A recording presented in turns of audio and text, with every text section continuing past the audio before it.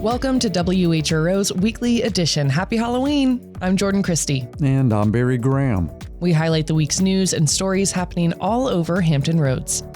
In this week's program, former President Barack Obama comes to Norfolk this weekend to campaign for Democratic gubernatorial candidate Abigail Spanberger ahead of Tuesday's election. Limited land is complicating Virginia Beach's economic development options, so they're turning to city-controlled properties. This is going to be a game changer for everything below the green line. And Virginia launched a new statewide tracking system to monitor medicinal cannabis use to improve patient safety.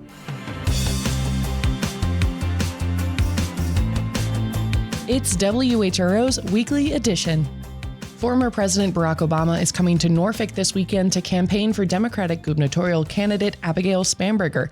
WHRO's Michelle Hankerson tells us why such visits matter so close to Election Day. This will be Obama's first political appearance in Virginia since 2012, and he's the only president who's given a strong endorsement of either candidate in Virginia's governor's race. Old Dominion University political scientist Athena King says there's another reason Spanberger may be bringing the popular president in. Obama can be seen as insurance, but also he may be able to talk about those issues that will resonate with Black voters in a way that Spanberger's campaign hasn't to this point. King says a physical appearance is the strongest form of support a fellow politician can show another. Former U.S. Secretary of Transportation Pete Buttigieg gave his strong endorsement of Spanberger earlier this month in Charlottesville, which could have also been a way to reach queer voters. Because the Democratic Party is such a big tent, it may be difficult for a candidate, especially a candidate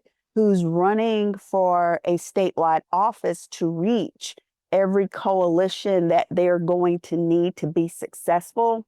So the endorsement also serves as a form of surrogacy. Recent polls show Spanberger holds anywhere from a 49 to 78-point lead to Republican opponent Winsome Earl-Sears among non-white voters.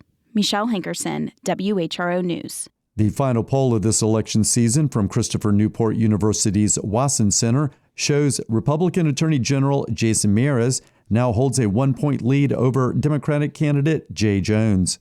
WHRO's Michelle Hankerson is back with the latest data. Voters who are unaffiliated with a political party contributed the most to the change in the Attorney General race, says CNU researcher Rebecca Bromley-Trujillo. The results indicate that Jones's text messages from 2022 may be costing him the race, particularly if independents choose to either not vote at all, or certainly if they choose to switch to Miyares. Our results suggest so far, voters have primarily shifted to being undecided. Jones came under fire earlier this month for sending text messages saying he wanted to shoot a former Republican lawmaker. CNU's poll shows Democrat Abigail Spanberger leading Republican Winsome Earl-Sears by 7 points in the governor's race. That's a smaller lead than earlier in the campaign cycle, but Spanberger did see an increase of support among Black voters. Bromley-Trujillo says Spanberger was lagging among that demographic. And part of that reflects sort of broad trends we're seeing nationally and in Virginia, where there are some voters of color without college degrees trending towards the Republican Party. Democrat Ghazala Hashmi leads Republican John Reed for lieutenant governor by 2 points.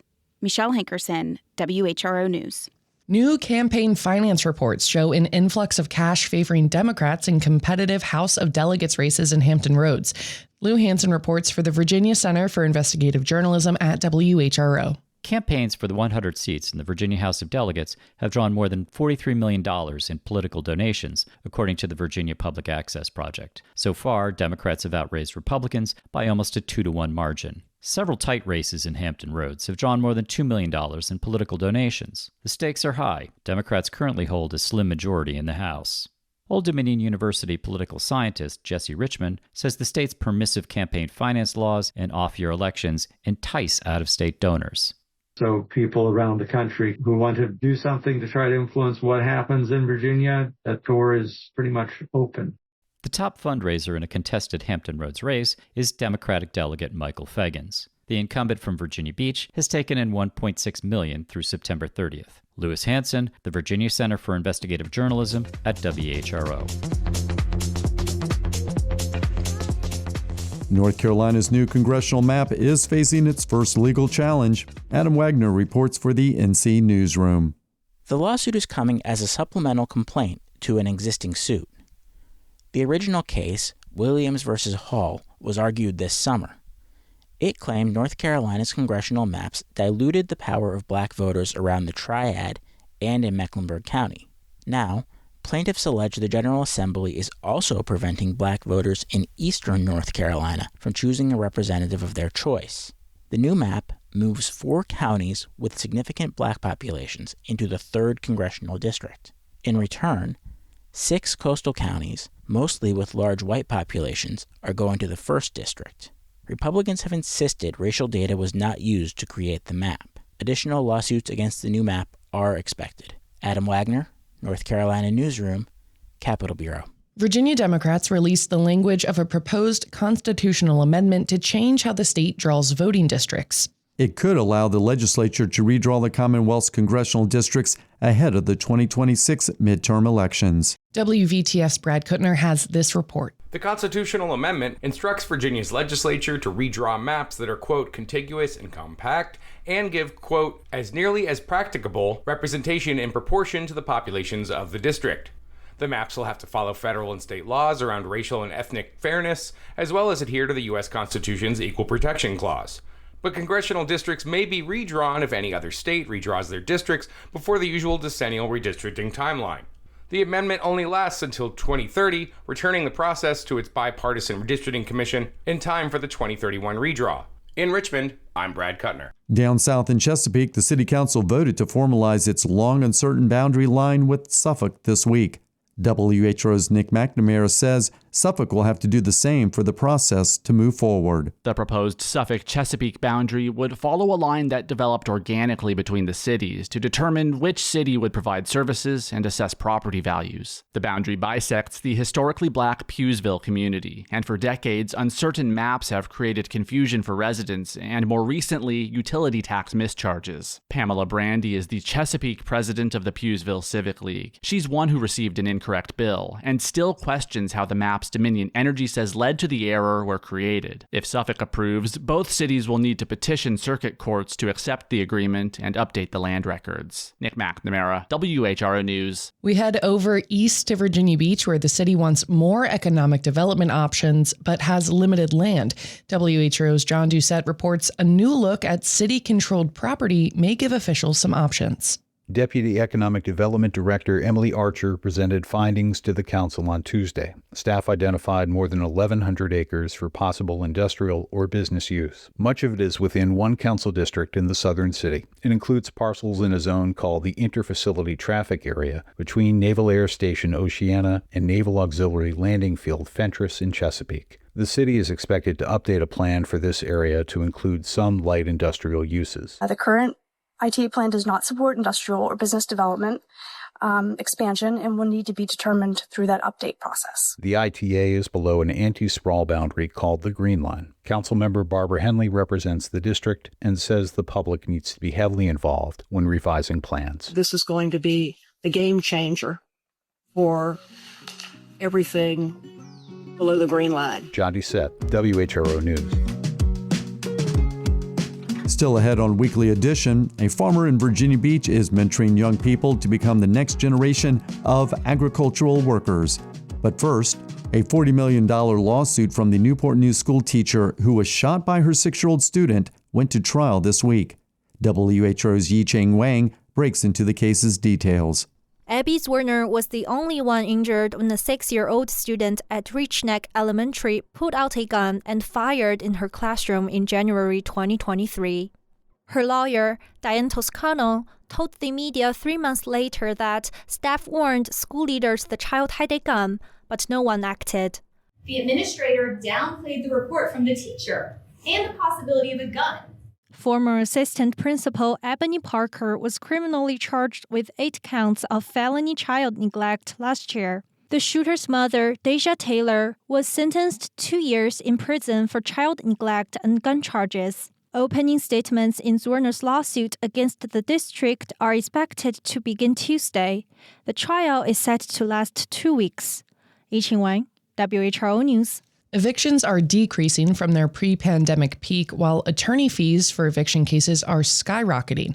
But as WHRO's Toby Cox reports, advocates say these fees burden tenants already struggling to make rent. Attorneys across the state are charging more for eviction cases.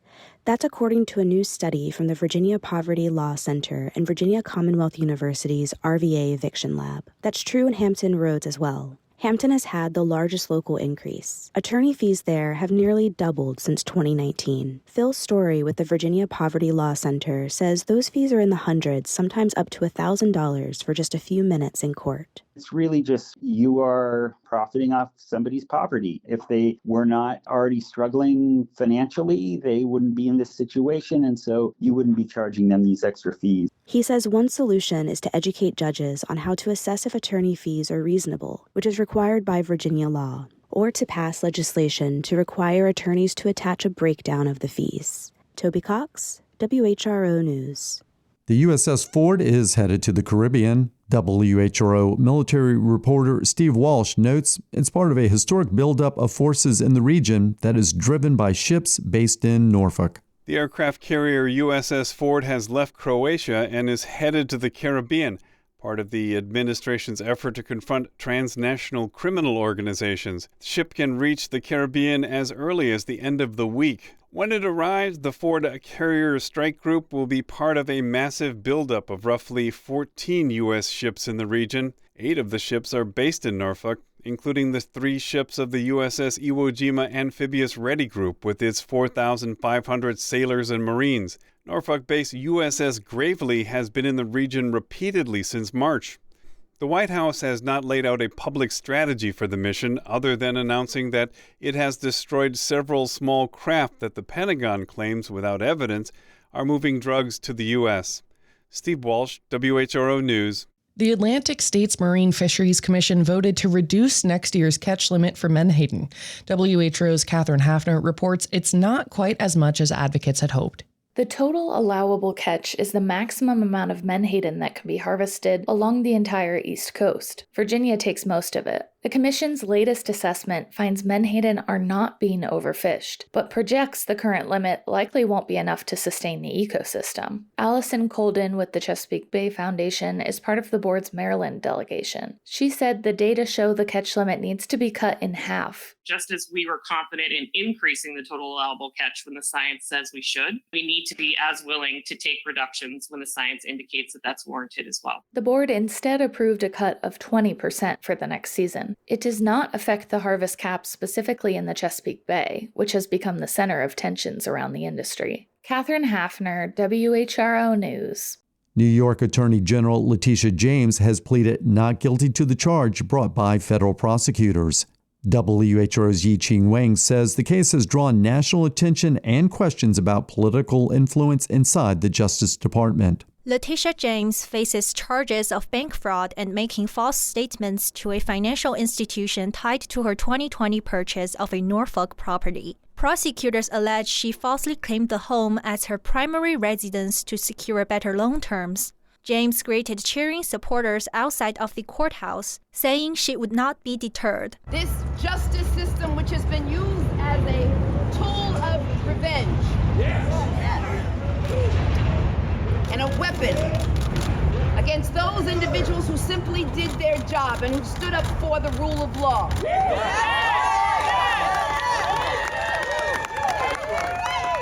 James was released on her own recognizance. Her next motion hearing is set for early December, with trial scheduled to begin in January and expected to last about 5 days. Yi-Ching Wang, WHRO News. Muralist Venezia Martinez has brought her Red Thread movement from her rural hometown in the Philippines to a wall outside Norfolk's Chartway Arena. Kate Nowak breaks down the work of art for WHRO. The red thread, inspired by traditional Filipino weaving thread, symbolizes the invisible string that connects people. As she works, passers-by stop her, ask questions, and share stories. Martinez said the interruptions aren't distractions, but an important part of the process. While she works, she's as accessible as her art. Here's Martinez. You see murals all the time, like every day, but seeing an artist at work, that's like, for them, that's the art.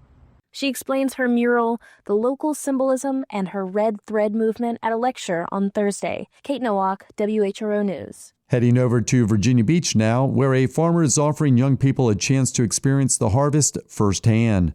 WHRO's John Doucette reports that sometimes it's a quick education, but it can also change lives. Sometimes Curtis Wolfarth offers kids a chance to see farming from inside the cab of a combine. It's a massive harvesting machine he uses to gather soybeans in the fall. He says a trip around a field teaches about agriculture. Because we don't have any young people in ag, there won't be nobody to feed us. Years ago, he offered such a ride to a boy who used to watch him work. I said, if you're going to be watching, you might as well learn how to drive. That boy was Keith Stark. Many years later, Stark says it made a big impression. Stark ended up working with Wolfarth for years. Now he oversees operations of a research farm for North Carolina State University. He says Wolfarth's invitation made a difference. John Doucette, WHRO News. Jumping up to the peninsula, where James City County supervisors will vote in November on standards for reviewing data center applications.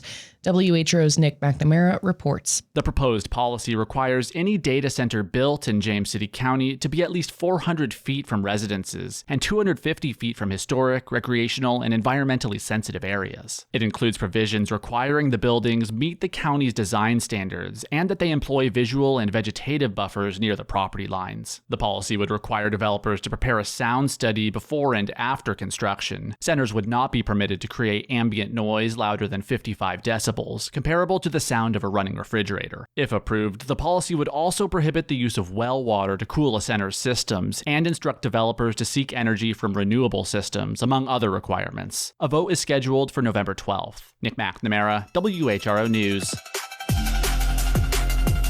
Virginia officials have launched a new tracking system to monitor medical cannabis as part of an effort to improve patient safety. WHRO health reporter Yi-Ching Wang has more. The Virginia Cannabis Control Authority began the seed-to-sale system this summer to monitor the medical market. Acting head Jamie Patton says the tracking system helps identify contamination or recall issues quickly by tracking cannabis products through the growth cycle to the time of sale. It gives us the visibility to ensure that no illicit product is making it into the medical market. So we know that every product that's being sold originated in a Virginia facility that was licensed as a medical cultivator. Health experts say the system can also help regulators determine if patients' monthly purchase limits are appropriate. While cannabis can relieve symptoms, experts say smoking still poses long risks. They recommend edibles or topical products instead. Yi-Ching Wang, WHRO News. Despite the proliferation of music streaming platforms in recent years, local record stores are seeing increased traffic, especially among young people. WMRA's Zach Furr reports on the trend from Virginia's Shenandoah Valley. One person who has witnessed this shift firsthand is Ryan Faraci, the owner of Rhythm and Vinyl in Harrisonburg. I have always wanted a record store. Physical media kind of died out for a little bit, so I thought the dream kind of was gone. But right around 2015, I think vinyl especially started really picking up. And I've been collecting vinyl, and just because I love the physical media aspect of it. And one day I realized I had about 1,000 of them, and might as well make my dream come true since people are collecting vinyl now. Faraci opened Rhythm and Vinyl in the Liberty Street Mercantile building in May. Before owning the store, he had had a space in the Factory Antique Mall in Verona and had worked in other physical media stores as well. Faraci said he has been surprised by the rise in physical media and by younger people getting involved in it. It's been overwhelming. I did not expect, students came back move-in weekend and cleared us out. We were so low on inventory after that. And then this parents' weekend we're low on inventory now. We're getting more stuff in the next few days because surprisingly the students are really taking to it. I mean, it was unexpected, the enthusiasm that students would have for it. Faraci believes this rise in physical media, especially among youth, is due to the tangible interaction it requires from the listener, unlike streaming. People have their digital media, but now they don't have any physical connection with the music they're listening to. And I think people seek out that physical connection with their music because you have to be more deliberate about what you listen to because you have to participate in the act of listening to it because you got to flip the record, things like that. And I think that people really connect with that part of it. In the 2015 Recording Industry Association of America's mid-year report, most physical media sales across the board were down. CDs sold 56.8 million units in the first half of 2014 and went down to 41.1 million sold, a a 27.6% decrease. However, despite the decrease in CDs, vinyl sales were up. In the first half of 2014, 6.5 million vinyls were sold. That number jumped up to 9.2 million the next year. By 2020, the number sank a bit, with vinyl selling 8.8 million units in the first half of that year. In this year's mid-year report, vinyl has sold 22.1 million units, an 151% increase over 5 years. This number, however, only includes new releases, reissues, and sales that go directly to record labels and does not include all used vinyl sold. WHRO says the medium is already back, and has been for a good while now. People will make the comment, yeah, I think it's really coming back. I think it's back. Like, it's here. I think COVID had a lot to do with it. People were stuck inside, so they started upgrading their stereos and things like that. And with that came, an interest in new hobbies. And I think that facilitated an explosion of interest. And one place many record store owners get their vinyl from is record shows, where store owners, first-time sellers, or even people selling their personal collections bring thousands of vinyls into one building. The owners of the Vinyl Asylum in Stanton, Tanya and Ken Bars, frequent many of these record shows. We do 80 record shows a year. We started going south and now we go north. It's kind of like a Comic-Con. So it's like 25 record shops into one building. There's people from New York, Pennsylvania, Ohio, whatever, come to one shop so they can come and get different things that are from different states, and it's awesome. Vinyl Asylum got its start as Remember When 12 years ago in the Verona Antique Mall. And we had a spot, and we had everything just like everybody else did. But how many railroad lanterns and baskets can people have? So we said, okay, what can we put in a crate and make some money? And we've been collecting records forever, so we put records in a crate, boom, they were gone. Put some more records in a crate, boom, they were gone. And we're like, hey, I think we got something. Then we're like, man, well, let's just get rid of all this stuff and let's just do vinyl.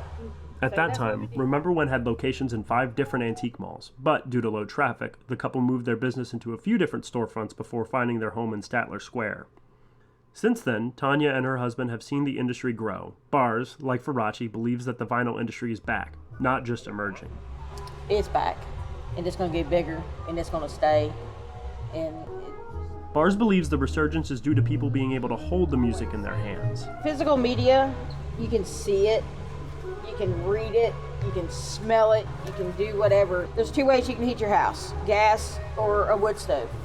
And you can set your gas to 75 degrees and you can feel comfortable or whatever. But if you have your wood stove, you can feel it, you can smell it.